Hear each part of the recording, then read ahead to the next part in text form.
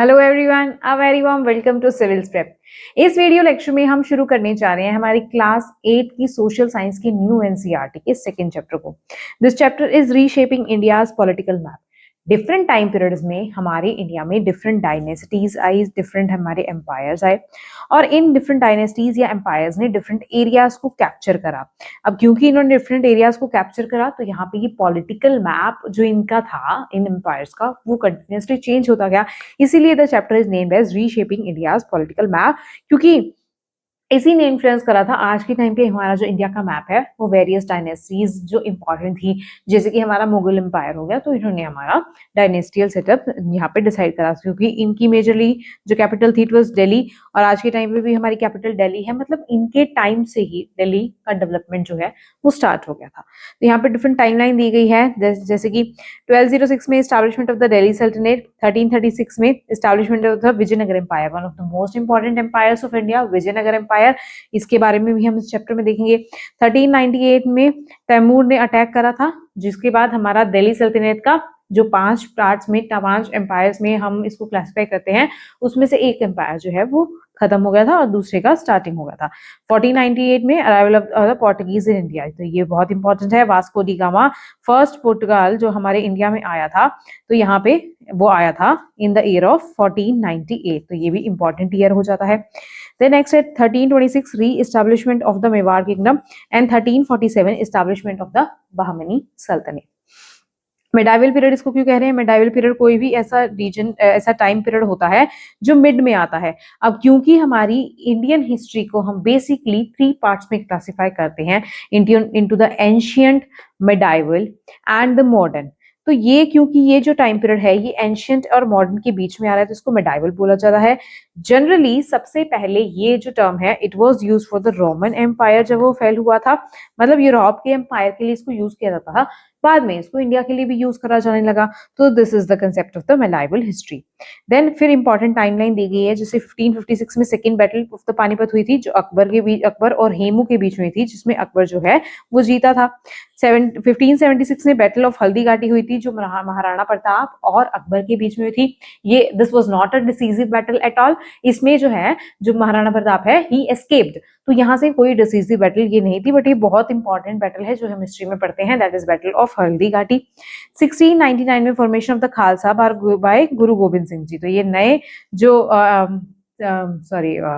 नया जो रिलीजन है उसका एस्टैब्लिशमेंट करा गया था बाय गुरु गोबिंद सिंह जी। सिखिज्म का एस्टैब्लिशमेंट यहाँ पे, खालसा पंथ का एस्टैब्लिशमेंट यहाँ पे करा गया था।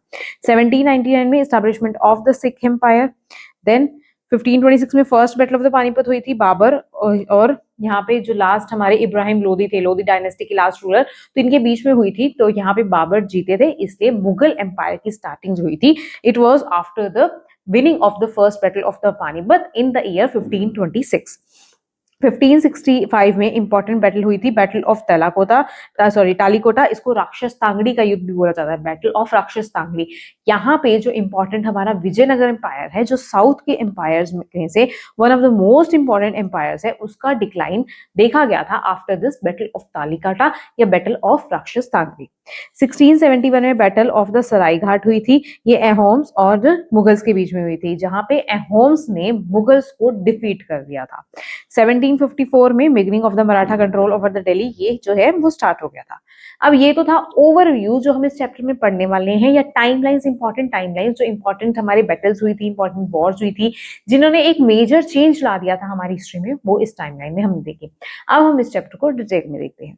सबसे पहले a new era of Indian journeys begin the year 11th century. 11th century में क्या हुआ था, हमारे दो इंपॉर्टेंट यहाँ पे वॉर्स हुए थे, दो इंपॉर्टेंट वॉर्स थे बिटवीन द पृथ्वीराज चौहान और जो मोहम्मद गोरी है, उनके बीच में ये युद्ध हुए थे, जिसमें पृथ्वीराज चौहान जो है वो डिफीट हुए थे। इन्होंने हिस्ट्री में इस युद्ध ने बहुत इंपॉर्टेंट रोल प्ले किया था, क्योंकि यहाँ से ही हमारे कहीं ना कहीं दिल्ली सल्तनत, जो one of the most important empire है ऑफ आवर कंट्री इंडिया, तो इसकी जो नींव है वो इस युद्ध ने कहीं ना कहीं रखी थी। तो यहाँ से क्या है कि हमारे 11th सेंचुरी में हिंदू कुश माउंटेन से जो है वो वेरियस टाइप ऑफ इन्वेजन जो है वो देखने को मिलते थे। बहुत सारे इन्वेडर्स आए थे सेंट्रल एशिया से, टर्की तो या अफगानिक जो आए थे, they were drawn into India, क्योंकि इंडिया में बहुत सारी चीजें इनको मिलती थी। इंडिया बहुत ज्यादा रिच था, टेरिटोरियल एम्बिशंस होते थे इन टर्की या ये जो अफगान रूलर्स हैं इनकी अपनी टेरिटरी को एक्सपेंड करना चाहते थे, उसके मकसद से भी ये इंडिया में आते थे। And to spread by force violence if necessary their own versions of their religion, तो अपने रिलीजन को भी स्प्रेड करनी है, कहीं ना कहीं आते थे। कुछ लोग क्रिश्चियनिटी को स्प्रेड करने आए थे, क्रिश्चियनिटी को प्रमोट करने इंडिया में आए थे। कुछ लोग इस्लाम को प्रमोट करने इंडिया में आए थे। इस्लाम में भी हमारे वेरियस सेक्ट्स है, जैसे सुन्नी सेक्ट, देन शिया सेक्ट, तो उनको प्रमोट करने अलग अलग टाइम पीरियड में अलग अलग लोग इंडिया में सेंट्रल एशिया से या यूरोप से आए थे। देन देखते हैं rise and fall of the Delhi सल्तनत। 1192 में पृथ्वीराज चौहान और मोहम्मद गोरी के बीच में इंपॉर्टेंट युद्ध हुआ था। जो पृथ्वीराज चौहान है उन्होंने नॉर्थ वेस्ट इंडिया में रूल करते थे उस टाइम पे, और यहाँ पे इनका जो इनका युद्ध में इनकी हार के बाद जो है हमारी दिल्ली सल्तनत की कहीं ना कहीं नींव रखी थी।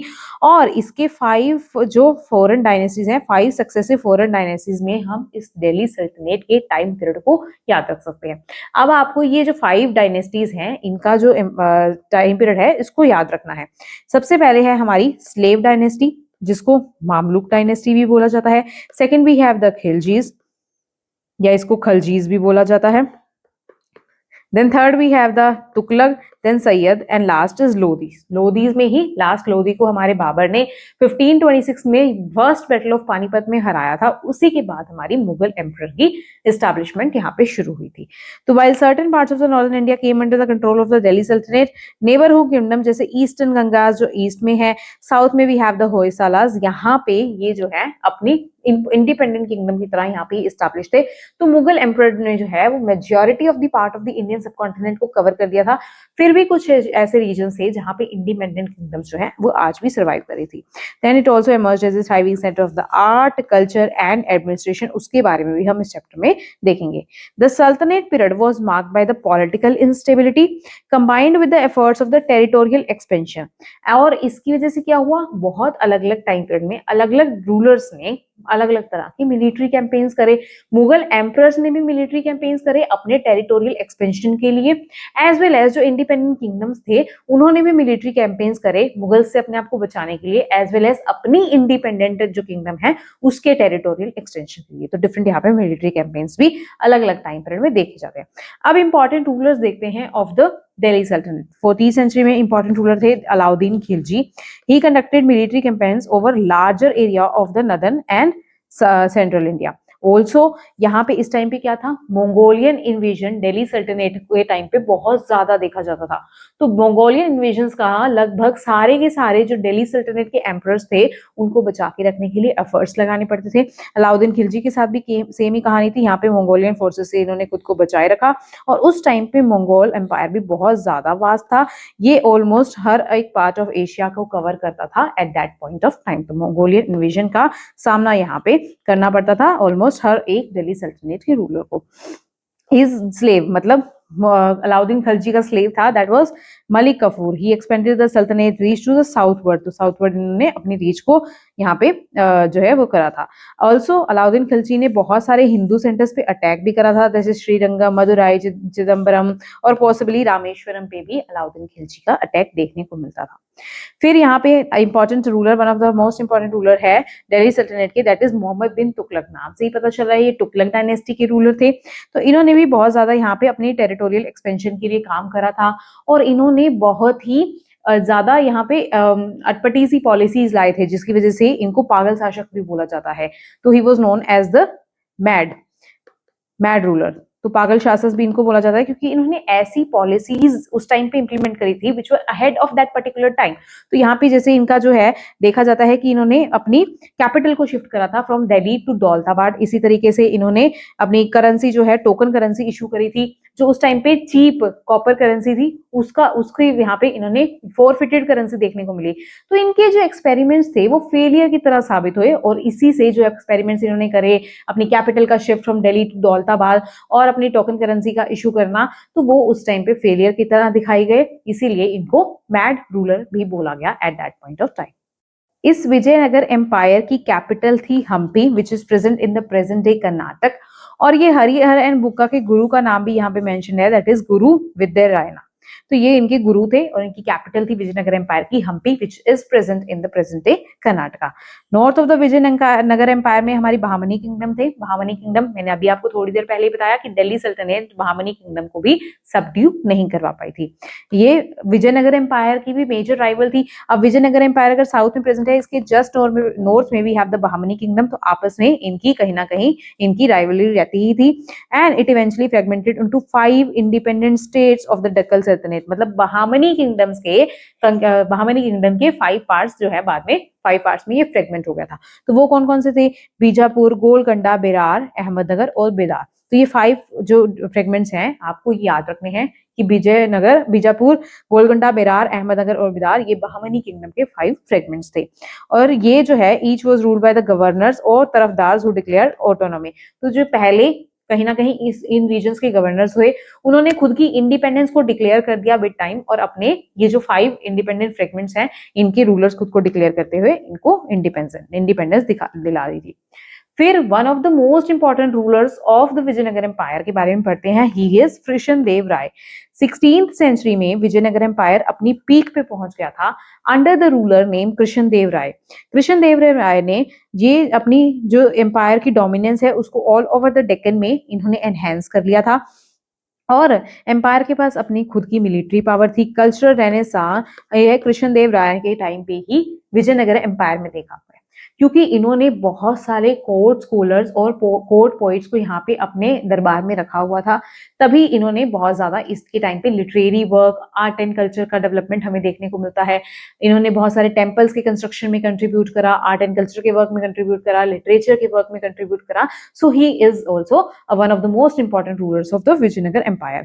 इन्होंने बहुत सारे पोइट्स को पेट्रोनाइज करा, स्कॉलर्स को पेट्रोनाइज करा। और वो स्कॉलर्स कौन कौन सी लैंग्वेज में लिखा करते थे? संस्कृत में लिखा करते थे, तेलुगु में लिखा करते थे, कन्नड़ में लिखा करते थे।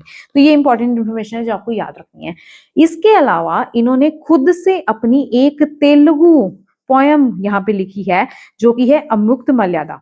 तो अमुक्त मर्यादा इंपॉर्टेंट हो जाती है। सबसे पहले तो आपको पता होना चाहिए Amuktamalyada was written by Krishnadeva Raya, और कौन सी लैंग्वेज में? It was written in the language of Telugu. तो ये दो इंपॉर्टेंट चीजें आपको अमुक्त मर्यादा के बारे में पता होनी चाहिए।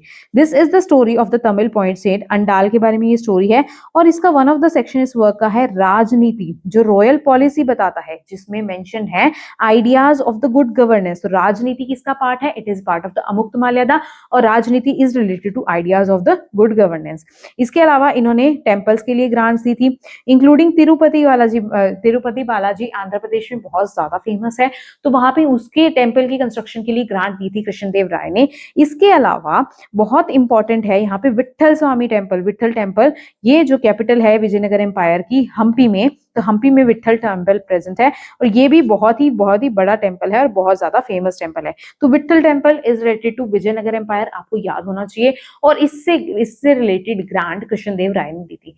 ये बहुत ही इंपॉर्टेंट पैराग्राफ था। इस पैराग्राफ में जितने पॉइंट पर मैंने आपको बताए हैं, इससे यूपीएससी ने प्रीवियस ईयर्स में कहीं ना कहीं क्वेश्चंस पूछे हैं, और ये इंपॉर्टेंट इन्फॉर्मेशन है जो हर एक स्टेट पीसीएस एग्जाम भी या छोटे एग्जाम्स में भी यहाँ पे इससे रिलेटेड क्वेश्चंस पूछे जाते हैं। तो ये इंपॉर्टेंट इन्फॉर्मेशन है, आपको याद रखनी है। फिर नेक्स्ट है, after winning many wars against the neighbours, Krishnadeva Raya जो है he died of illness in 1529।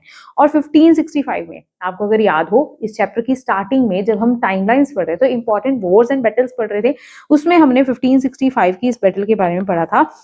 That is battle of टालीकोटा, जिसको मैंने आपको कहा था बैटल ऑफ राक्षस तांगड़ी भी बोला जाता है। ये राम राय के टाइम पे इस बैटल को लड़ा गया था। सबसे पहले इंफॉर्मेशन आपको ये याद होनी चाहिए कि विजयनगर एम्पायर से जिसने इस बैटल में पार्टिसिपेट किया था, तो वो रूलर थे राम राय, और इसमें विजयनगर एम्पायर जो है वो डिफीट हो गया था। इसके बाद से ही विजयनगर एम्पायर जो है वो डिक्लाइन करना शुरू कर गया था। विजयनगर एम्पायर जो है वो खत्म होना शुरू गया था। तो empire got fragmented into smaller regions ruled by the Nayakas. Nayakas कौन थे? They were former military governors. तो अब डिक्लाइन होना शुरू हो गया एकदम से। Vijayanagara empire battle of Talikota से खत्म नहीं हुआ। विद टाइम जो वहां के मिलिट्री गवर्नर्स थे, जिनको नायकाज बोला जाता था। अब इस तरीके की टर्मिनोलॉजी से यूपीएससी क्वेश्चन पूछता है, आपसे पूछ लिया जाएगा कि ये नायकाज कौन थे, तो Nayakas were the military governors in the time period of Vijayanagara empire. तो यहाँ पे इन्होंने अपनी इंडिपेंडेंस जो है वो यहाँ पे डिक्लेयर करनी शुरू कर दी और Vijayanagar empire came to end in the mid 17th century. तो मिड 17th सेंचुरी में ये जो एम्पायर है वो एंड हो गया था। अब नेक्स्ट इंपॉर्टेंट एम्पायर है हमारे पास द मुगल्स। मुगल्स बहुत इंपॉर्टेंट है। मुगल से रिलेटेड जो रूलर्स हैं, रूलर्स के से रिलेटेड जो स्पेसिफिक इंफॉर्मेशन है, specially up to the rulers of Aurangzeb, Aurangzeb तक के रूलर्स बहुत ज्यादा इंपॉर्टेंट है।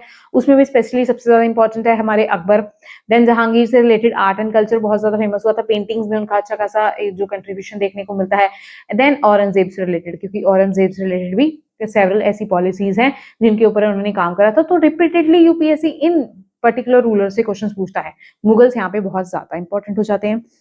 मुगल एम्परर्स का जो स्टार्टिंग है ये हुआ था फर्स्ट बैटल ऑफ पानीपत से, जब बाबर अ टर्किक मंगोल रूलर और एक मिलिट्री स्ट्रेटेजिस्ट, उन्होंने he was thrown out of the Samarkand. तो वो कहां से आए थे? उज्बेकिस्तान की कैपिटल समरकंद से, यहाँ से वहां से आए थे Babar. He was the descendant of Tamur. Babur defeated Ibrahim Lodi in the Battle of Panipat in the year 1526. तो 1526 में फर्स्ट बैटल ऑफ पानीपत हुआ था, जिसमें बाबर ने इब्राहिम लोदी को हरा दिया था। और इसको यहाँ पे इन्होंने ये मुगल एम्पर की मुगल एम्पायर की नींव रखी थी। इन्होंने इस बैटल में heavily he use the gun powder, field artillery and matchlock guns भी यूज करी थी। तो स्टेटमेंट बेस्ड क्वेश्चन में कई बार ये चीजें भी पूछ ली जाती हैं कि ये जो टेक्नोलॉजी है, ये स्टेटमेंट्स बेस्ड क्वेश्चन में मैंने यहाँ पे देखा हुआ है कि वन ऑफ द स्टेटमेंट्स थी कि पोर्टुगीज इस टेक्नोलॉजी को लेके आए थे इंडिया में, पर नहीं, मुगल एम्पर के टाइम पे भी हमें ये टेक्नोलॉजी यूज होती दिख रही है in the first battle of Panipat. तो मतलब ये टेक्नोलॉजी पोर्टुगीज यहाँ पे नहीं लाए थे। तो यहाँ से ये चीजें क्लियर होती हैं और इस टाइप की इंफॉर्मेशन से आप ये स्टेटमेंट बेस्ड क्वेश्चन जो है वो सॉल्व कर सकते हैं। He laid the foundation of the Mughal empire as Babur assume the control of the Delhi Sultanate. और इन्होंने बाबर ने अपनी ऑटोबायोग्राफी ने लिखी थी by the name of Baburnama. तो बाबरनामा क्या थी? Baburnama was autobiography of Babur. और इन्होंने with a keen appreciation for architecture, poetry, animals और फ्लोरा यहाँ पे देखने को मिलता है बाबर के टाइम पीरियड में। और बाबर की डेथ हो गई थी इन द ईयर 1530। तो 1526 में तो इन्होंने फर्स्ट बैटल ऑफ पानीपत जीत के मुगल एम्पायर की नींव रखी थी। फिर 4 साल बाद ही इनकी डेथ हो जाती है और इनके सक्सेसर बनते हैं इनके बेटे हुमायूं। हुमायूं जो है he struggle to hold the empire together, ये इतने ज्यादा कैपेबल नहीं थे, इसीलिए इनके टाइम पीरियड में शेरशाह सूरी ने Shershah Suri was an Afghan leader. Shershah Suri के नाम पे हमारी एक one of the most important road है, that is GT road, grand trunk road. इसको शेरशाह सूरी ने बनवाया था, अगर आपको इस रोड के बारे में पता हो तो शेरशाह सूरी ने हुमायूं को हराकर, Shershah Suri was an Afghan ruler, Humayun को हराकर इन्होंने एक थोड़े टाइम पीरियड के लिए इन्होंने दिल्ली को कैप्चर कर लिया था एंड एस्टैब्लिश द सुर एम्पायर। तो शेरशाह सूरी ने सुर एम्पायर को यहाँ पे एस्टैब्लिश करा था। Before this happened, Hemu a skilled military commander and chief minister को यहाँ पे वाजिर बोला जाता था at this point of time. तो ये टर्मिनोलॉजीज आपको याद होनी चाहिए कि वाजिर क्या है। Wazir was a chief minister at the Delhi Sultanate, Mughal time period. Under one of the last Suri leaders captured Delhi and ruled it briefly under the royal name of Hemchandra Vikramaditya। ये हेमचंद्र विक्रमादित्य वही हेमू हैं जिसके साथ अकबर का सेकंड बैटल ऑफ पानीपत हुआ था। और इस सेकंड बैटल ऑफ पानीपत में हेमू को अकबर ने हरा दिया था और वापस से मुगल एम्पायर जो है वो सूरी डायनेस्टी खत्म करके यहाँ पे मुगल एम्पायर रीस्टार्ट हो गया था। तो सेकंड बैटल ऑफ पानीपत जो हुआ था, it was between Akbar and Hemu, in which Akbar defeated Hemu and recaptured the Delhi और set up the Mughal empire. फिर नेक्स्ट इंपॉर्टेंट रूलर हैं Akbar. Akbar declared emperor at the age of 13, जब उनके फादर की डेथ हो गई थी, एक्सीडेंटली डेथ हो गई थी। And Akbar set out to bring the entire subcontinent into the Mughal empire. Under his reign is a blend of brutality, tolerance, shaped by ambitious and strategy. ये कैसे, अभी देखते हैं। अब ब्रूटैलिटी कैसे दिखाई? इन्होंने चित्तौड़गढ़ का फोर्ट जब कैप्चर करा तो he showed no mercy and he besieged more than 5 months in the face of determined resistance from Rajput soldiers। बहुत ज्यादा इन्होंने यहाँ पे खून खराबा करवाया था। At that time Akbar was 25 at that time and he order the massacre of some 30,000 civilians. तो यहाँ पे बहुत ज्यादा लोगों को मरवाया था अकबर ने उस टाइम पीरियड पे। ऑल्सो फिर इसको ब्लेंड क्यों बोला जाता है, blend of brutality and tolerance, tolerance क्योंकि बाद में इन्होंने हर एक रिलीजन के प्रति टॉलरेंस दिखाया था किसी न किसी तरीके से। एक न्यू रिलीजन इन्होंने अपना सेटअप करा था, एक न्यू इन्होंने अपनी नीति सेटअप करी थी, दैट इज सुलह ए कुल। तो सुलह ए कुल की जो नीति थी उसमें ये जो है हर एक रिलीजन के जो लीडर्स होते थे, हर एक रिलीजन के जो रिप्रेजेंटेटिव्स होते थे, उनके साथ खुद मिलते थे, बातचीत करते थे, उस रिलीजन के इंपॉर्टेंट कंसेप्ट को समझने की कोशिश करते थे और जो इंपॉर्टेंट चीजें थी उनको अपने राज्य में इंप्लीमेंट करवाने का काम करते थे। इसके अलावा इन्होंने marital status, marital relations establish करे थे, जैसे इन्होंने बहुत सारे अलग अलग धर्मों में शादियां करी थी, राजपूत रूलर्स की जो बेटियां होती थी उनसे शादियां करी थी। तो इन्होंने अलग अलग धर्मों में शादियां करी, उनके साथ इस रिलेशंस को एस्टैब्लिश करा। तो इस तरीके से इन्होंने टॉलरेंस की पॉलिसी भी निभाई, ब्रुटैलिटी भी इन्होंने दिखाई कई कई जगह पे, टॉलरेंस की पॉलिसी भी इन्होंने निभाई। And also he destroyed temples in those palaces and also all over the Hinduism, इन्होंने टेम्पल्स को भी डिस्ट्रॉय करवाया था। राजपूत वुमेन के साथ ये जोहर का बताया गया कि जोहर क्या होता है। सबसे पहले इनके बारे में पढ़ते हैं। मैरिज अलायंस इन्होंने देखे, the princes of the neighbourhood kingdoms welcome Rajput and region leaders. और सबसे इंपॉर्टेंट बात जो मैंने आपको पहले ही बताया था कि अकबर ने जिजिया टैक्स को यहाँ पे अबॉलिश करा था and promoted the doctrine of Sulh e Kul. Sulh e Kul का लिटरल मीनिंग होता है that peace with the all and tolerance of all the faiths. ये चीज मैं आपको पहले ही बता चुकी हूँ कि सुलह ए कुल की जो पॉलिसी होती है वो क्या होती है।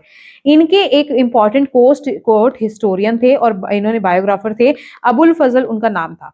तो अबुल फजल ने यहाँ पे इनके जो कोर्ट, अकबर का कोर्ट है, अकबर में के राज्य में क्या कुछ चलता था उसके बारे में अपनी राइटिंग्स में बहुत इंपॉर्टेंट इंफॉर्मेशन हमें दी है। देन उसको वो उनकी राइटिंग क्या है, एन ए Akbari which was written by Abul Fazl, उसके बारे में अभी हम डिस्कस करते हैं। सबसे पहले हिज लास्ट इसकी इनकी जो रीन थी that lasted for around 50 years. 1556 में ये रूलर बने थे, 1605 में इनकी डेथ हो गई थी।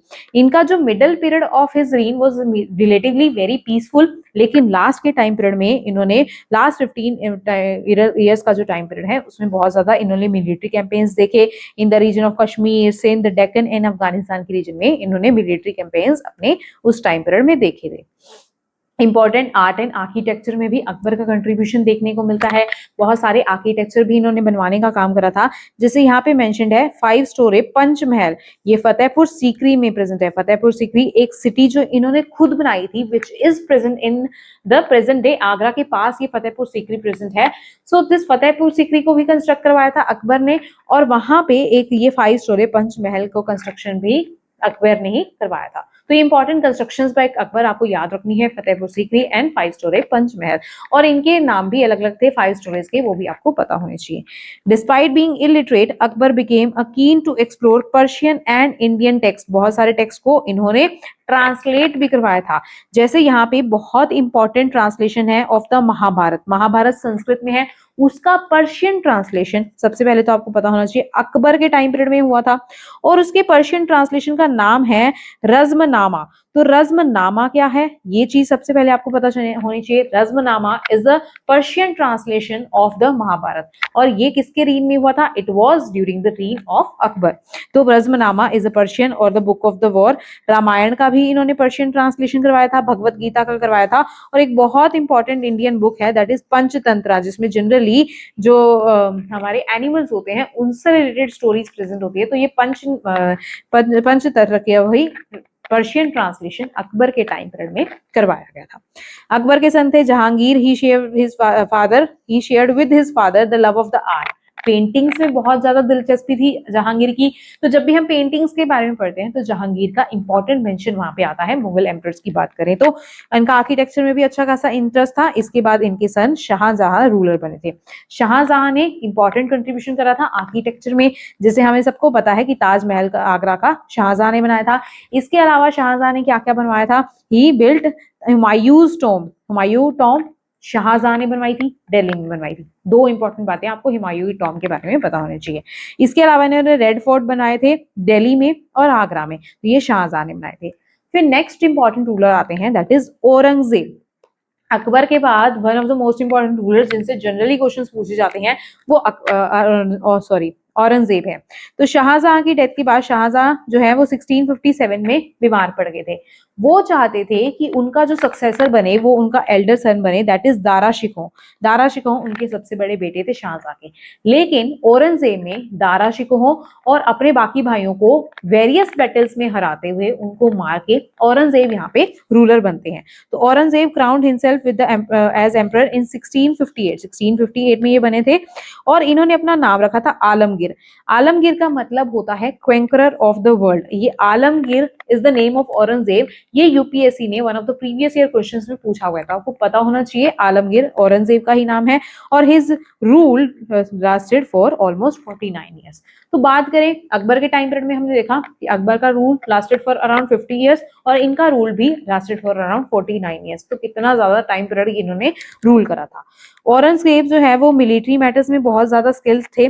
बहुत सारे कैंपेन्स इन्होंने कंडक्ट करवाए और स्पेशली साउथ का कैंपेन इन्होंने करवाया। और साउथ के कैंपेन में ही इनका जो एम्पायर था उसकी मोस्ट ऑफ द ट्रेजरी को खत्म करने का काम पड़ा था।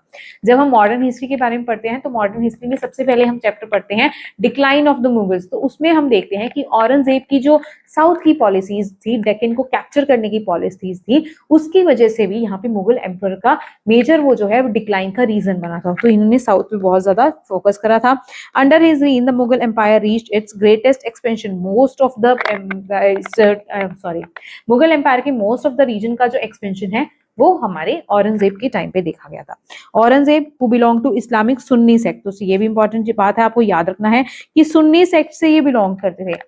He was intolerant regarding the religious policies। जैसे अकबर के बारे में हमने देखा था, तो अकबर ने बहुत सारे रिलीजन्स के जो मेजर मुद्दे होते थे, मेजर जो स्कूल ऑफ थॉट्स थे, उनके बारे में जो अच्छी अच्छी थिंकिंग थी, जो अच्छी अच्छी चीजें थी, उसको सुलह कुल पीस जो रखते थे वो हर एक रिलीजन से प्रति, तो सुलह एक कुल की नीति से उसको अडॉप्ट करने का काम करा था। सॉरी, अनलाइक औरंगजेब ने जो डिफरेंट रिलीजन थे उनको एक्सेप्ट नहीं करा था। औरंगजेब बहुत ज्यादा कट्टर मुस्लिम थे। ये इवन क्योंकि ये सुन्नी सेक्ट से बिलोंग करते थे, इन्होंने other sects of the Muslim जैसे शिया मुस्लिम्स के प्रति भी यहाँ पे इनके टाइम पीरियड में डिस्क्रिमिनेशन देखने को मिलता है। बहुत सारे मंदिरों को गिरवाने का काम औरंगजेब ने करा था। So he had an austere life, अपनी इस तरीके की लाइफस्टाइल जीते थे कि ये जैसे एक कोई साधु संत हो, तो उस टाइप की लाइफस्टाइल औरंगजेब या आलमगीर जीते थे। ही ग्रेजुअली बैंड प्रैक्टिसेस जो इनको अन इस्लामिक लगती थी, जैसे म्यूजिक और डांस में ये खुद हालांकि थोड़ी बहुत दिलचस्पी रखते थे, लेकिन इनके टाइम पीरियड में इनके कोर्ट में म्यूजिक और डांस जो है वो बैन हो गया था। और वापिस से इन्होंने जिजिया टैक्स को री इम्पोज करवाया था। जिजिया टैक्स जो हमारे अकबर ने जिसको हटा दिया था, पिलग्रिमेज टैक्स को अकबर ने हटा दिया था, तो जिजिया टैक्स और पिलग्रिमेज टैक्स जो है वो हिंदूज पे औरंगजेब ने री इम्पोज करवा दिया था। औरंगजेब ओन्स फरमान्स या अपने एडिक्ट्स ये खुद निकलवाया करते थे, अपने फरमान्स निकलवाया करते थे। तो ये फरमान्स क्या है, तो ये इंपॉर्टेंट एडिक्ट्स जो हैं, जो रूलर्स जो हैं, पर्टिकुलर मुगल रूलर्स जो हैं, वो अपने फरमान जारी करवा दिया करते थे कि वो किस टाइप के चेंजेस या किस टाइप का रूल्स एंड रेगुलेशंस अपने किंगडम में लाना चाहते हैं, तो उनको बोला जाता है फरमान्स या edicts. He make his personal religious motive clear to 1669 में इन्होंने he ordered the governors of all the provinces to demolish schools and temples of the infidels and put down their teachings and religious practices. तो इस type के काम जो है औरंगजेब ने करे थे। इन्होंने वेरियस जगह पे टेंपल्स, मथुरा, सोमनाथ, बनारस और हर एक जगह के टेंपल्स इन्होंने डिस्ट्रॉय करवाए थे। जैन टेंपल्स भी इन्होंने डिस्ट्रॉय करवाए थे। सिख गुरुद्वारा को भी इन्होंने डिस्ट्रॉय करवाने का काम करा था। इसके अलावा ये जो है बाकी अदर मुस्लिम सेक्ट्स जैसे कि शिया मुस्लिम्स को ये सपोर्ट नहीं करते थे, उनके खिलाफ डिस्क्रिमिनेशन इनके टाइम पीरियड में देखा जाता था, इंक्लूडिंग द सूफीज एंड ज़ोरोस्ट्रियंस, जो उस टाइम पे पारसीज का जो रिलीजन होता था, पर्शिया से जो लोग आए थे, पारसीज का रिलीजन ज़ोरोस्ट्रियन, जो आज भी इंडिया में कई ज़ोरोस्ट्रियन रिलीजन के लोग प्रेजेंट है, तो उनके खिलाफ इनके जो है वो एक्शंस देखने को मिलते थे औरंगजेब के। नेक्स्ट टॉपिक है resistance to the Mughals. Over the centuries बहुत सारे पीजेंट्स कम्युनिटीज ने जो हार्श एक्सप्लॉयटेशन मुगल्स के टाइम पे देखने को मिल रहा था, उसको यहाँ पे रेजिस्ट करने का काम करा था। जैसे 17th सेंचुरी का बहुत अच्छा रिबेलियस मूवमेंट यहाँ पे मेंशन्ड है, दैट इज जाट पिजेंट्री। अब ये जाट पिजेंट्री कौन कौन से एरियाज में प्रेजेंट थी? It was present in the western present day western UP वाला रीजन, हरियाणा का रीजन और ईस्टर्न राजस्थान का रीजन। तो यहाँ पे जाट पिजेंट्री देखी जाती थी। और यहाँ पे they manage to kill an oppressive officer of the Mughal administration, क्योंकि यहाँ पे मुगल एम्पायर के टाइम पे टैक्सेशन सिस्टम ऐसा था कि ये जो पीजेंट्स हैं उनको एक्सप्लॉइट करने का काम करते थे। तो यहाँ पे अलग अलग जगहों पे पीजेंट्री रिवॉल्ट्स देखने को मिलते थे and Jat rebellion is one of the most important among them. So Jat leaders were killed and rebellion जो है वो सप्रेस कर दिया था बाय द मुगल एम्प्रेस। बहुत सारे ट्राइबल ग्रुप्स ने भी मुगल एम्पायर के टाइम पीरियड पे यहाँ पे रिबेल करा था। तो बहुत सारे ट्राइबल ग्रुप्स जैसे Bhils, Gond, Santhals, Koch for instance also fought back against the attempts to annex their territory और इम्पोज टैक्स ऑन देम, क्योंकि मुगल एम्पायर्स उनकी टेरिटरी को कैप्चर कर रहे थे, उनके ऊपर टैक्स लगा रहे थे, उनको एक्सप्लॉइट कर रहे थे। तो यहाँ पे उनके तरफ से भी वेरियस ट्राइबल लोगों की तरफ से भी यहाँ पे रिबेलियंस देखने को मिल रहे थे। फिर यहाँ पे one of the most important women queen है यहाँ पे रानी दुर्गावती। रानी दुर्गावती गरहा किंगडम से रिलेटेड है या फिर गोंड किंगडम से रिलेटेड है जो सेंट्रल इंडिया में प्रेजेंट था। तो Rani Durgavati she ruled wisely and made her kingdom prosperous उस टाइम पीरियड में।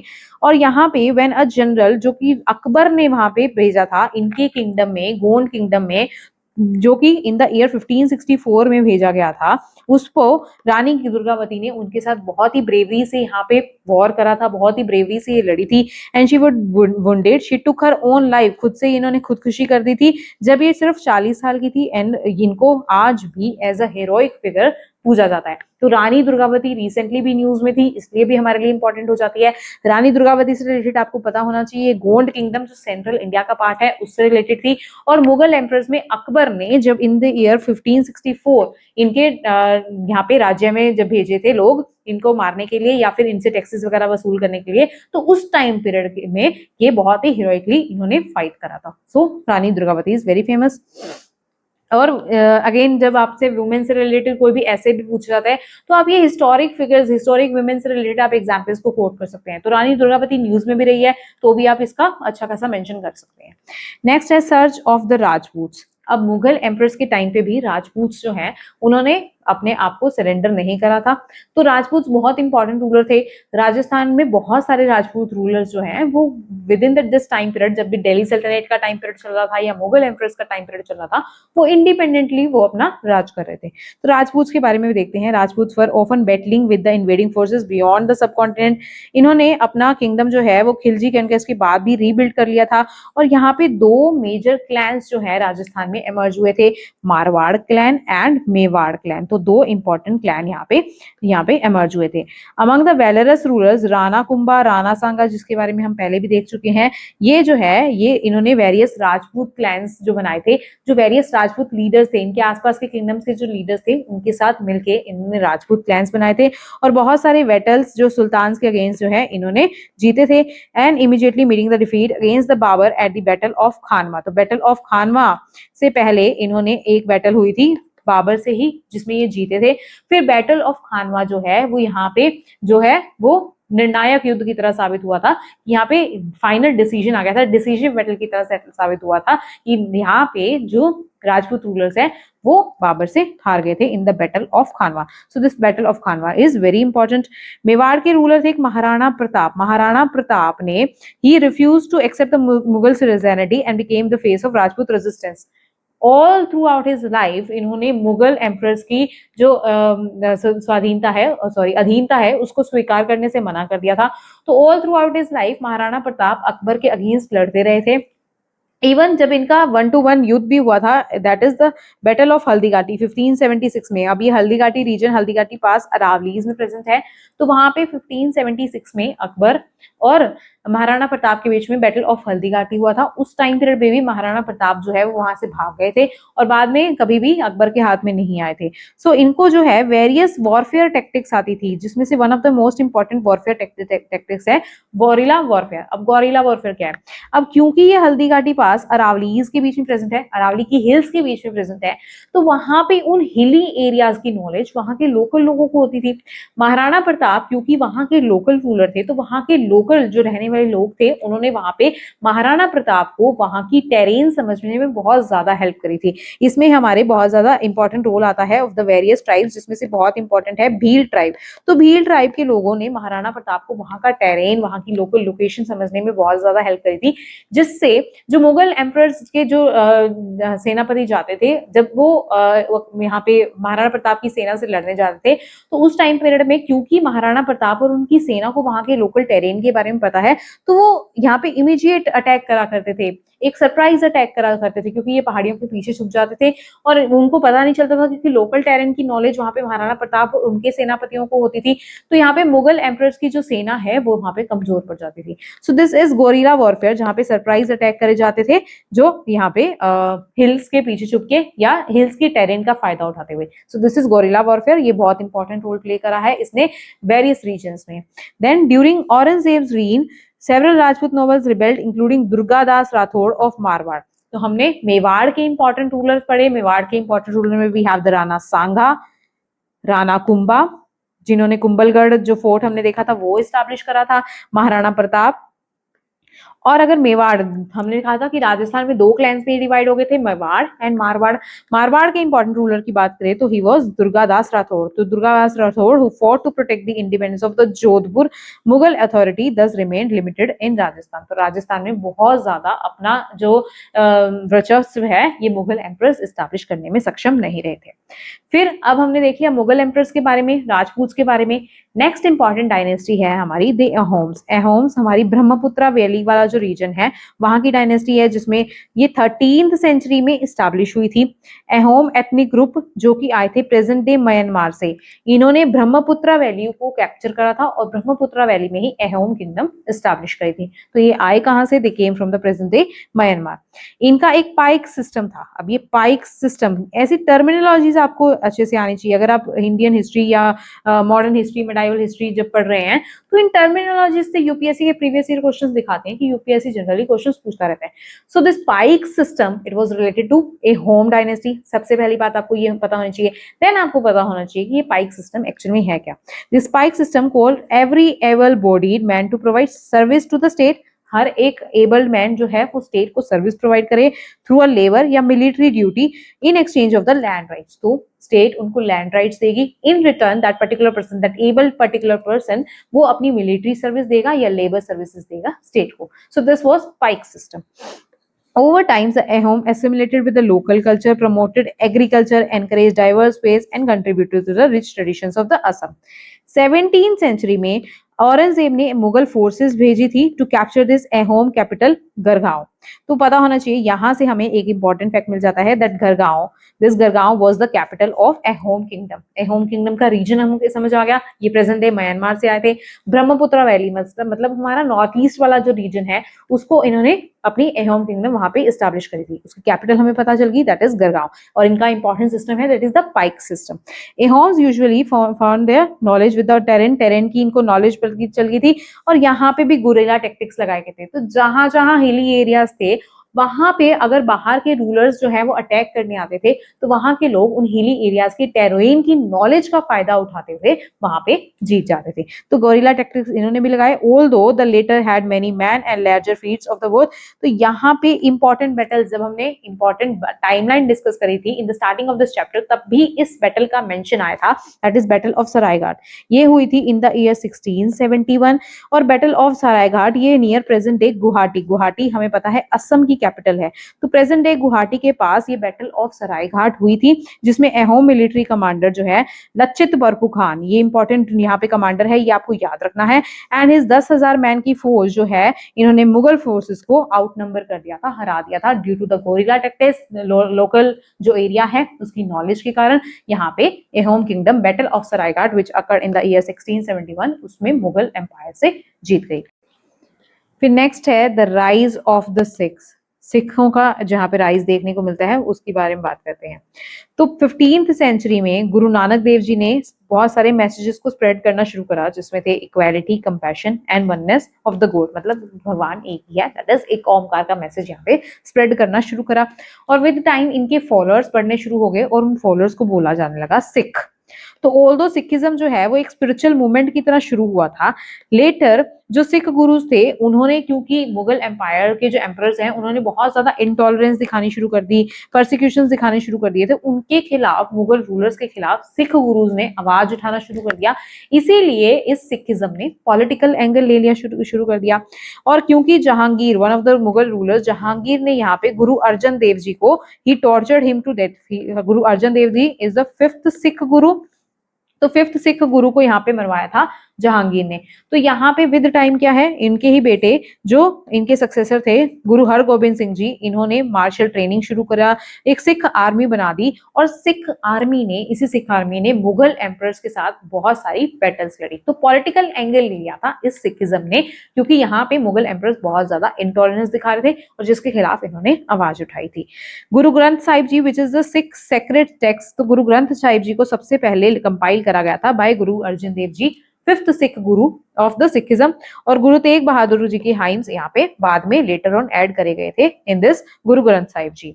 1675 में a group of Kashmiri pandits approached Guru Tegh Bahadur, इन्होंने प्रोटेक्शन सीख करी थी from Guru Tegh Bahadur. Guru Tegh Bahadur ji is the 9th Sikh गुरु, तो 9th सिख गुरु गुरु तेग बहादुर जी के बाद जो कश्मीरी लोग हैं, कश्मीरी पंडित्स हैं, वो गए थे और रिलीजियस प्रोसिक्यूशन से यहाँ पे प्रोटेक्शन की डिमांड करी थी गुरु तेग बहादुर जी से कश्मीरी पंडित्स ने। फिर इनको अरेस्ट करा था औरंगजेब ने। औरंगजेब जो मुगल एम्परर्स में ही हमने देखा था, मुगल एम्परर थे, औरंगजेब ने इनको order to him to convert to Islam, तो इनको बोला कि आप इस्लाम में कन्वर्ट हो जाओ, गुरु तेग बहादुर जी को औरंगजेब ने। तो यहाँ पे इन्होंने रिफ्यूज कर दिया कि हम इस्लाम में कन्वर्ट नहीं होंगे, तो यहाँ पे इनको publicly he was be headed in the Chandni Chowk of Delhi, जहाँ पे आज भी ये गुरुद्वारा यहाँ पे चांदनी चौक में देखा जाता है, जहाँ पे चांदनी चौक की मार्केट है उसके बीचों बीच में गुरु तेग बहादुर जी का गुरुद्वारा देखा जाता है, क्योंकि वहां पे औरंगजेब ने उनको पब्लिकली बी हेड कर दिया था। इन रिस्पॉन्स इनके जो बेटे थे Guru Gobind Singh ji, he was the 10th guru and last guru, he establish Khalsa. Khalsa is a martial brotherhood committed to justice, equality and defence of the faith. तो यहाँ पे खालसा का पंथ की एस्टैब्लिशमेंट करी गई थी bye Guru Gobind Singh ji, who is the 10th Guru of Sikhism.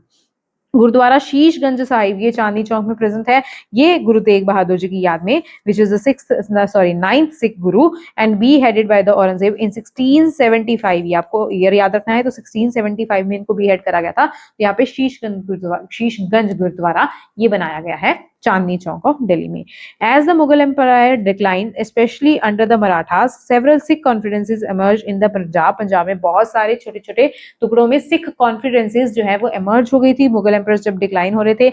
Ultimately unified by the efforts of Maharaja Ranjit Singh. Maharaja Ranjit Singh के टाइम पीरियड में ये यूनिफाई हुए थे, specially in the 19th century. तो यहाँ पे ये जो है चीफ डायनेस्टीज यहाँ पे इस डायग्राम में शो करी गई है कि कौन कौन सी थी। दिल्ली सल्तनत या मुगल एम्पायर, दिल्ली वाला रीजन या नॉर्थ वेस्ट ऑफ इंडिया वाला रीजन वहां पे होती है, इसके बारे में हमने देख लिया। एहोम्स हमने देखा, ब्रह्मपुत्रा वैली वाला जो रीजन है, स्पेशली असम वाला जो रीजन है वहां पे देखने को मिला। देन ईस्टर्न गंगा किंगडम, वहीं पे हमारे ईस्टर्न इंडिया वाले रीजन में। गजपति किंगडम भी वहीं के आसपास प्रेजेंट है। होयसाला या विजयनगर एम्पायर साउथ इंडिया या डेक्कन के रीजन में प्रेजेंट है। बहामनी सल्तनत इसी के नॉर्थ में प्रेजेंट है, थोड़ा सा डेक्कन वाले रीजन में ही इसको देखा जाता है। And Rajput kingdoms north west India या स्पेशली राजस्थान वाला जो रीजन है वहां पे देखने को मिलते हैं। एंड सिखिज्म पंजाब वाले रीजन में देखने को मिलता है। Sikh empire which spend much of the north west including parts of the Kashmir, यहाँ पे कश्मीर का पार्ट मतलब जो पंजाब हमारे पाकिस्तान वाला पंजाब है वो भी इसमें इंक्लूडेड है। देन नेक्स्ट टॉपिक है एडमिनिस्ट्रिंग इंडिया। एडमिनिस्ट्रेशन जो दिल्ली सल्तनत के अंदर था उसके बारे में देखते हैं। Delhi Sultanate introduced a political system centred around the sultan. सुल्तान मतलब यहाँ पे दिल्ली सल्तनत में जो सुल्तान होता था, he had absolute authority, all of the power were in the hands of this particular sultan. ये एब्सोल्यूट अथॉरिटी थी, सारी ड्यूटीज इसके पास होती थी, इंक्लूडिंग डिफेंडिंग द टेरिटरीज, इसका collection of the fees and taxes, public affairs related जो भी चीजें होती थी वो सुल्तान के हाथ में होती थी। The sultan was however assisted by, तो इसको असिस्ट करा था by a council of ministers. जो आज के टाइम भी हमारा पॉलिटिकल सिस्टम है, हमने हमारी 7th क्लास की एनसीईआरटी में भी जो पॉलिटिकल सिस्टम के बारे में पढ़ा था उसमें हमने देखा था कि एक हमारा हेड होता है which is assisted and which should be assisted by council of ministers. तो ये हमारा काउंसिल ऑफ मिनिस्टर यहाँ पे सुल्तान के टाइम पे भी प्रेजेंट था, who were in charge of the various departments of the सल्तनत। जैसे आज के टाइम पे पोर्टफोलियोज डिवाइडेड होते हैं, वैसे ही काउंसिल ऑफ मिनिस्टर्स में बहुत सारे मेंबर्स होते थे जिनके पास अलग अलग एरियाज की एक्सपर्टीज होती थी और वो असिस्ट करते थे यहाँ पे सुल्तान को। And sultan had the absolute authority of all the particular subject matters. One instrument of the administration was इक्ता system. इक्ता system क्या होता है? Territories were assigned to the nobles. उनको बोला जाता था इक्तेदार. तो इक्ता वो टेरिटरी होती थी या इसको इक्ता सिस्टम बोला जाता था। जिन पर्टिकुलर पर्सन को ये टेरिटरीज असाइन करी जाती थी उनको बोला जाता था इक्तेदार। इक्तेदार को क्या काम किया जाता था? इक्तेदार को काम किया जाता था टू कलेक्ट द टैक्सेस। तो ये पीजेंट से या लोअर जिनके पास लैंड होती थी उनके पास टैक्सेस कलेक्ट करने का काम करते थे इक्तेदार। सॉरी, लैंड तो इक्तेदार के पास ही होती थी। तो इक्तेदार जो है वो टैक्सेस कलेक्ट करने का काम करते थे। अब इक्तेदार जो टैक्स कलेक्ट करते हैं उसमें अपने एक्सपेंसेस या टैक्स कलेक्ट करने का जो एक्सपेंसिव है उसको सब्ट्रैक्ट करके उसको घटाकर बाकी सारा का सारा पैसा यहाँ पे ये सुल्तान को दे देते थे और सुल्तान ये अपनी ट्रेजरी में डाल देते थे। अब ये जो ट्रेजरी वाला पैसा है उसके वेरियस यूजेस में उसको यूज करा जाता था, वो देखते हैं। ये यूज करा जाता था तो मेंटेन द आर्मी और वेरियस जो स्टेट के खर्चे हैं उसके लिए करा जाता था। The state system created a network of local administrator loyal to the central authority. ये जो इक्तेदारी की पोस्ट है, इक्ता सिस्टम में जो इक्तेदार की पोस्ट है, इट वाज नॉट हेरिडिटरी। तो सल्टनेट के टाइम पे ये स्टेटमेंट बेस्ड क्वेश्चन बिल्कुल पूछा जा सकता है। इक्तेदारी सिस्टम जो है ये one of the previous questions में पूछा जा चुका है और इक्तेदारी सिस्टम से रिलेटेड आपको ये जो इंपॉर्टेंट पॉइंट है ये याद रखना है that it was not hereditary post. तो इक्तेदार हेरिडिटरी नहीं होते थे। स्टेटमेंट बेस्ड क्वेश्चन में अगर इक्तेदारी से क्वेश्चन पूछा गया तो फॉर श्योर ये स्टेटमेंट पूछे जाने के पूरे चांसेस रहते हैं। तो आपको ये याद रखना है it was not hereditary post at all. Taxes were levied on the trade at every stage और जो बर्डन होता था वो कहीं ना कहीं सारा का सारा पीजेंट्स पे जाता था और बहुत क्रुएलिटी के साथ इक्तेदार इनसे टैक्सेस वसूल करने का काम करते थे। तो ये बहुत क्रूअल टाइप ऑफ सिस्टम था। फिर देखते हैं नेक्स्ट हम मुगल एडमिनिस्ट्रेटिव फ्रेमवर्क। मुगल के टाइम पीरियड में किस टाइप का जो है वो फ्रेमवर्क चलता था, एडमिनिस्ट्रेशन चलता था। यहाँ पे इंपॉर्टेंट जो है इंपॉर्टेंट पोस्ट के नाम दिए गए हैं और वो पोस्ट एक्चुअली में किससे रिलेटेड थी उसके नाम दिए गए हैं। इससे रिलेटेड भी यूपीएससी डायरेक्ट क्वेश्चन पूछा है। जैसे दीवान के बारे में बताया गया है तो diwan took care of the finances. तो diwan was related to the finances. सबसे पहली बात आपको ये याद रखनी है। While the Mir Bakshi looked after the military matters, तो Mir Bakshi military matters से related था। Khan-e-Zaman he was related to the office of the public works, trade, industry, agriculture beside the royal household. Sadar he was responsible for the justice, religious and educational matters। तो इनकी post आपको याद रखनी है। आपसे सीधा सीधा पूछा जाएगा कि सदर क्या था। तो सदर was the kind of officer which was related to the justice, religious and educational matters। और ये मुगल एम्प्रेस के टाइम पीरियड की बात है। तो मुगल एम्पायर के टाइम पीरियड की बात है। ये तो अगर आप एक बार भूल भी जाएंगे तो भी कोई खास बात नहीं है। इसके कम चांसेस है कि यूपीएससी में ये आपसे पूछेगा, लेकिन सदर क्या था इन द मुगल एम्पायर ये आपसे पूछा जा सकता है। तो सदर आपसे पूछा जा सकता है। Diwan related to finances, Mir Bakhshi related to military matters, Khan e Zaman related to the charge of public works and यहाँ पे each was empire the empire's 12 provinces. Subas इनको असाइन करे जा रहे थे, इनको सूबेदार बोला जाता था, सूबाज इनको असाइन करे जाते थे। और विलेज लेवल पे traditional structure of self governance यहाँ पे कंटिन्यूसली जो मोर और लेस मुगल एम्पायर्स के टाइम पीरियड पे यहाँ पे डिस्टर्ब कम करी जाती थी। मगर यहाँ पे मतलब यहाँ पे जो लोकल एडमिनिस्ट्रेशन है वो देखा जा सका। विलेज एडमिनिस्ट्रेशन पे सेल्फ ऑटोनॉमी नाम की चीज देखी जाती थी। अकबर ने इंपॉर्टेंट सिस्टम स्टार्ट करा था। हमने एक सिस्टम पढ़ा था दिल्ली सल्तनत के टाइम पे that was iqtadari system. Akbar ने एक सिस्टम स्टार्ट करा था that was mansabdari system. Mansabdari system Abul Fazl के बारे में हमने इस चैप्टर में पहले ही पढ़ा था जब अकबर का मेंशन आया था। अकबर के मेंशन के टाइम पे वहां पे बताया था इंपॉर्टेंट वहां पे एक स्कॉलर था अकबर के एम्पायर में, his name was Abul Fazl. Abul Fazl ने बहुत ही इंपॉर्टेंट यहाँ पे बुक लिखी है दैट इज एन ए अकबरी। एन ए अकबरी में इसने अकबर के एडमिनिस्ट्रेशन के बारे में डिस्क्राइब करा है। तो एन ए अकबरी अबुल फजल में लिखी है।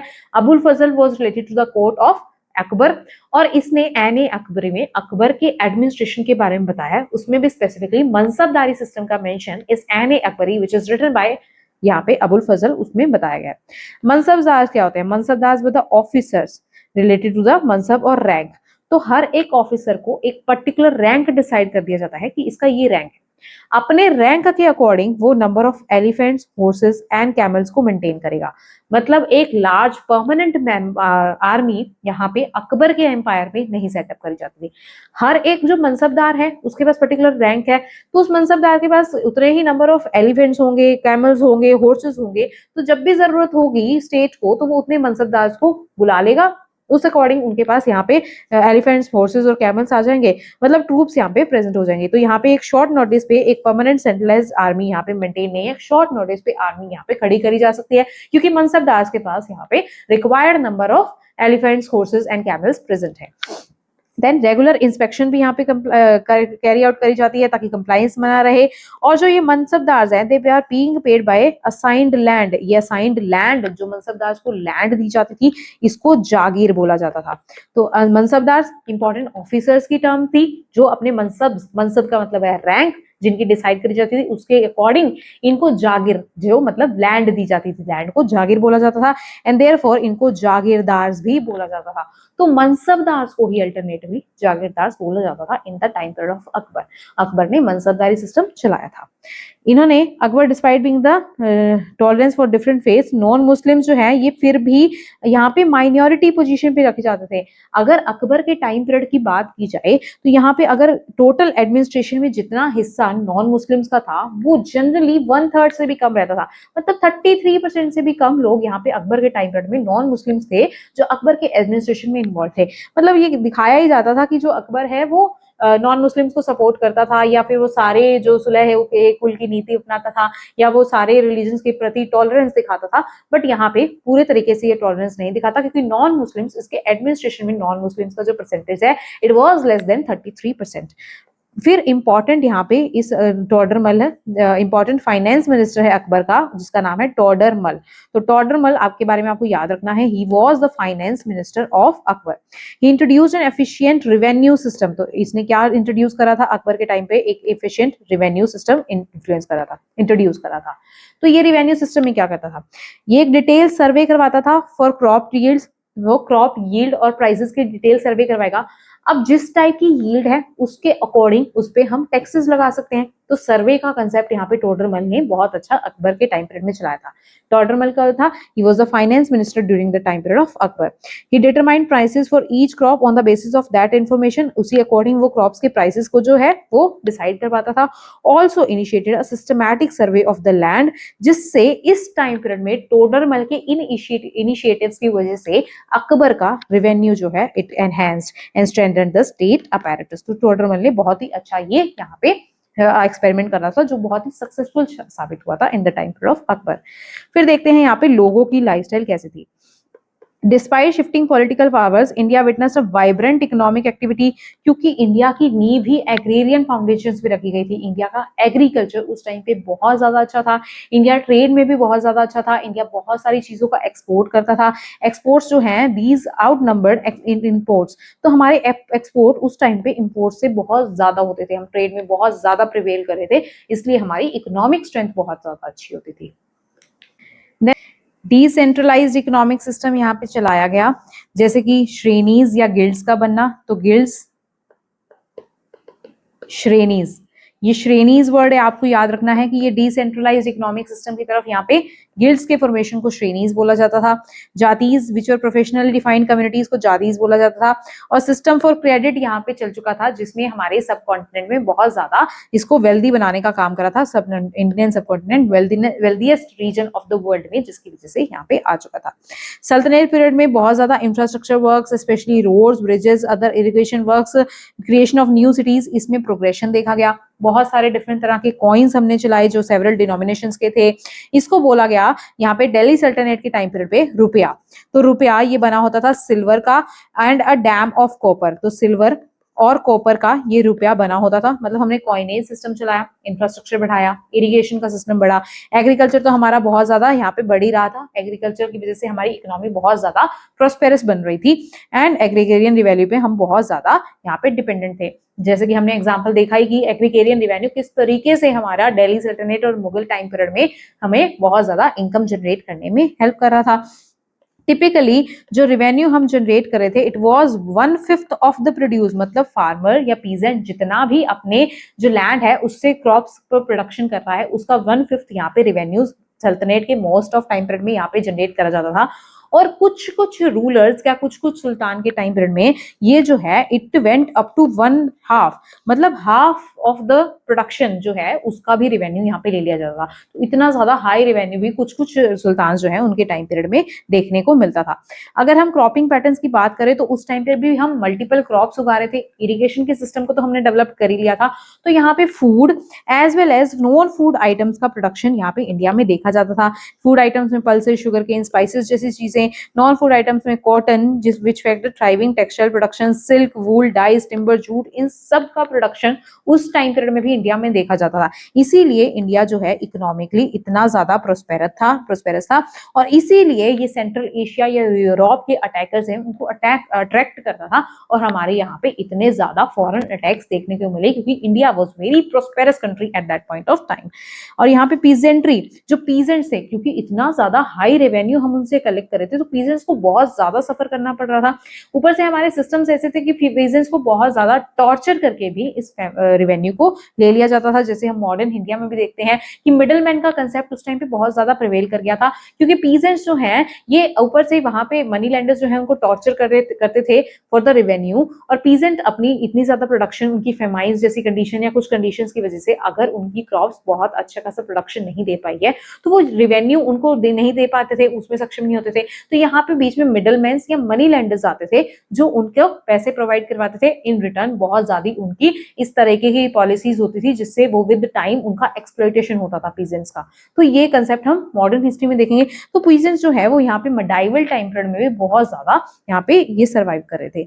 अपार्ट फ्रॉम टेक्सटाइल्स, क्राफ्टमैन जो है ये भी बहुत सारे प्रोडक्ट्स बनाते थे, ranging from weapons to utensils to ornaments and jewellery items and ship building जैसी चीजें भी इस टाइम पीरियड में देखी जाती थी। अब ये शिप बिल्डिंग शुरू हो गई तो हमारा नेवी का सिस्टम एक्सपेंड हो गया। अब नेवी अगर हमारी एक्सपेंड हो गई तो हमारे पास पोर्ट्स, तो नेचुरल पोर्ट्स तो पहले से ही प्रेजेंट थे, जैसे हमारा मैंगलोर पोर्ट हो गया, सूरत का पोर्ट हो गया। तो हम अक्रॉस द वर्ल्ड यहाँ पे एक्सपोर्ट में उस टाइम से ही इन्वॉल्व थे। तो एक्सपोर्ट करते थे हम through coastal and river side towns जैसे कि कैलिकट, मैंगलोर, सूरत, मसूलीपट्टनम और हुगली से हम एक्सपोर्ट करते थे। तो हमारा export was much more than the imported items. Export हम कौन कौन से गुड्स करते थे एक्सपोर्ट में? Import sorry excuse me silk, horses, metals and all kinds of the luxury goods, ये तो हम इंपोर्ट करते थे। और एक्सपोर्टिंग गुड्स में भी हमारी जेमस्टोन्स, गोल्ड जैसी चीजें आती हैं। I am sorry, I am not sure about it, वो चीजें यहाँ पे मेंशन नहीं है, ठीक है, हम ये बाद में देखेंगे। मर्चेंट्स फ्रॉम अरेबिया, पर्शिया, जो कि आज के टाइम का ईरान है, और सेंट्रल एशिया, ये इंडियन पोर्ट्स में आके सेटल हो गए थे ताकि ये अपनी ट्रेड एक्टिविटीज को बहुत ज्यादा एनहेंस कर सके। और उस टाइम पे प्रिवेल हुआ था हुंडई सिस्टम। अब ये हुंडई सिस्टम भी प्रीवियस ईयर में पूछा गया। ये हुंडई एक्चुअल में क्या है? हुंडई एक टाइप का एक नोट होता था, जैसे आज के टाइम पे हम चेक को यूज करते हैं तो ये एक टाइप का चेक ही होता था, बस ये फर्क इतना ही ये पेपर पे नहीं होता था, बट ये टाइप ऑफ नोट होता था। तो it is a written instruction to make payment to an individual. For example, हम चेक लेके जाते हैं तो हमें जैसे कोई, अगर हमें कोई चीज दे दी गई है, हम लॉन्ग डिस्टेंसेस पे उस चेक को कैरी कर सकते हैं और सामने वाले पर्सन को ये दिखा सकते हैं कि as a form of payment आप इस चेक को यूज कर सकते हैं। वही हुंडई का कंसेप्ट था कि एक पीजेंट या एक ट्रेडर जो है वो एक पर्टिकुलर जगह से अगर लॉन्ग डिस्टेंस पे जा रहा है तो वो दूसरे पर्सन को ये दिखा सकता है कि जहां से मैं ये चीज लेकर आ रहा हूँ उसके बदले एक नोट मुझे दे दिया गया है कि इसे as a form of transaction आप यूज कर लीजिए। तो ये रिटन इंस्ट्रक्शन था जो ट्रांजेक्शन की तरह यूज होता था and it is precursor to the modern banking, क्योंकि ये एज अ चेक ही वर्क करता था। अब इससे फायदा क्या होता था? ये प्लंडरिंग से यहाँ पे लेस वल्नरेबल उस पर्सन को बनाता था, मतलब रास्ते में लूटपाट से हुंडई सिस्टम जो है वो प्रिवेंट करता था। और ट्रेडर कम्युनिटीज जैसे कि Marwaris became adept to operating across different political regimes, developing a parallel system of credit and trust and function independently of official structures। तो यहाँ पे ट्रेड को एनहेंस करा था उस टाइम पे और ये हुंडई सिस्टम ने भी इसमें बहुत इंपॉर्टेंट रोल प्ले करा था। हुंडई के बारे में आपको पता होना चाहिए, ये भी प्रीवियस ईयर में क्वेश्चन पूछा गया है। नेक्स्ट, टेम्पल्स है centre of economic activities. Temples उस टाइम पे बहुत ज्यादा डेवलप्ड हो रहे थे। टेम्पल से बहुत ज्यादा दान भी आता था, जैसे यहाँ पे मेंशन्ड है, टेम्पल डिटीज पे दान दिया जाता था और इस दान को टेम्पल्स बहुत सारे अलग अलग पर्पसेस के लिए यूज करते थे। One of the purpose was temple provided merchants with the credit and funded internal as well as maritime trade. तो ये क्रेडिट प्रोवाइड करते थे, ट्रेड को फैसिलिटेट करने का काम करते थे। तो टेम्पल के पास इतना ज्यादा जो दान आता था उससे ये इस कामों के लिए भी यूज करते थे। तो ट्रेड को फैसिलिटेट करने का काम भी यहाँ पे टेम्पल्स ने करा है। Then while early periods saw prosperity in the late 1600s witnessed economic stress, peasants were often left with the small share of their produce after taxes। क्योंकि हमने देखा पीजेंट्स को बहुत ज्यादा एक्सप्लॉइट करा जाता था। मैंने आपको बताया था कि पीजेंट्स से 1/5 ऑफ द टैक्स लिया जाता था और कभी कभी सुल्तान इतने ज्यादा ब्रूटल होते थे कुछ कुछ सुल्तान कि उनको half of their crop production भी एज अ टैक्स सुल्तान को देना पड़ता था। तो यहाँ पे सबसे ज्यादा अगर सफर करना पड़ा तो यहाँ पे पीजेंट्स को ही करना पड़ा। और कुछ कुछ पीजेंट्स की जो हालत है वो इतनी ज्यादा डिग्रेड कर दी गई थी कि they shifted to the bonded labour. तो बॉन्डेड लेबर का कंसेप्ट भी यहाँ पर शुरू हो गया था। Historian suggest that craftsman and labourers too faced harsh economic conditions. क्योंकि यहाँ पे इन लोगों को भी विद टाइम सफर करना पड़ा था। जब कुछ सुल्तान जो है इनको अपना पैट्रोनेज प्रोवाइड नहीं करवाते थे तो उस टाइम पीरियड में इनको ज्यादा सफर करना पड़ता था। Frequent warfare in addition caused forced displacement of the population। तो यहाँ पे ये चीजें भी हर एक टाइम पीरियड में देखने मिलती है, मेडाइवल टाइम पीरियड में भी देखने को मिली थी। But by and large people of different faiths and communities lived peacefully side by side economically dependent upon each other.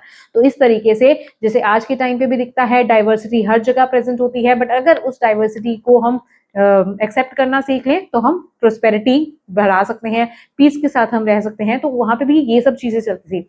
कुछ पार्ट्स में वॉरफेयर की वजह से वहां पे डिस्प्लेस होना पड़ता था, कुछ पार्ट्स में जो lower section of the society है उनका एक्सप्लॉयटेशन भी देखने को मिलता था साइड बाय साइड। कुछ पार्ट्स में ये भी देखने को मिलता था कि जो डाइवर्सिटी ऑफ द पॉपुलेशन है वो आपस में पीसफुली को एग्जिस्ट कर रही है। तो इस चैप्टर में हमने बहुत सारे एम्पायर्स के बारे में पढ़ा। हमने मुगल एम्पायर्स के बारे में पढ़ा, दिल्ली सल्तनत के बारे में पढ़ा, एहोम किंगडम के बारे में पढ़ा, ईस्टर्न डायनेस्टी के बारे में पढ़ा, होयसला डायनेस्टी के बारे में पढ़ा, विजयनगर डायनेस्टी के बारे में पढ़ा, सिखिज्म के अराइज के बारे में पढ़ा। तो हमने ये देखा कि विद टाइम किस तरीके से ये जो पॉलिटिकल मैप है उसमें शिफ्ट देखने को मिला कि ये जो सुल्तान थे इन्होंने भी डिफरेंट डिफरेंट टाइम्स में अलग अलग एरियाज ऑफ द इंडियन सब कॉन्टिनेंट को कैप्चर करने का काम करा। इसीलिए हमारी मैप में जो है वो डिफरेंसेस देखने को मिलते हैं। अब ये हमारी अगर मेडाइवल हिस्ट्री की बात करें तो इस चैप्टर में हमने इतनी सारी चीजें पढ़ ली, मतलब all over the medieval history में अब हमारे पास सिर्फ मराठास ही बचते हैं। मेजोरिटी अगर देखें मेजर एम्पायर की बात करें तो मराठास ही बचते हैं इस एम्पायर के बाद।